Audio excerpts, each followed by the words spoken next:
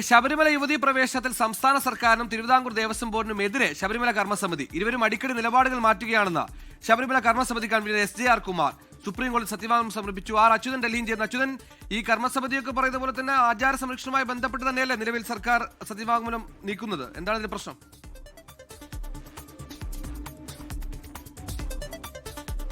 സുഹേൽ, ശബരിമല യുവതി പ്രവേശനവുമായി ബന്ധപ്പെട്ട സംസ്ഥാന സർക്കാരിന്റെ നിലപാട് മാറ്റത്തിനെതിരെയാണ് ഇപ്പോൾ ശബരിമല കർമ്മ സമിതി ഈ സുപ്രീം കോടതിയിൽ സത്യവാങ്മൂലം സമർപ്പിച്ചിരിക്കുന്നത്.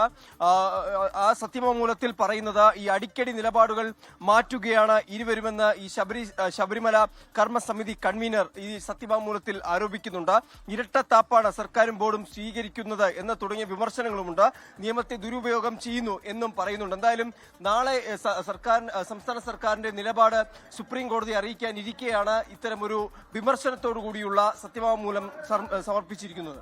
ലോകത്തെവിടെയായാലും ഏത് സമയത്തും 24 വാർത്തകളും ഓഗ്മെന്റഡ് റിയാലിറ്റി പാക്കേജുകളും എക്സ്പ്ലെയിനറുകളും വിശദമായി കാണാൻ ഞങ്ങളുടെ യൂട്യൂബ് ചാനൽ നിങ്ങൾക്ക് സബ്സ്ക്രൈബ് ചെയ്യാം.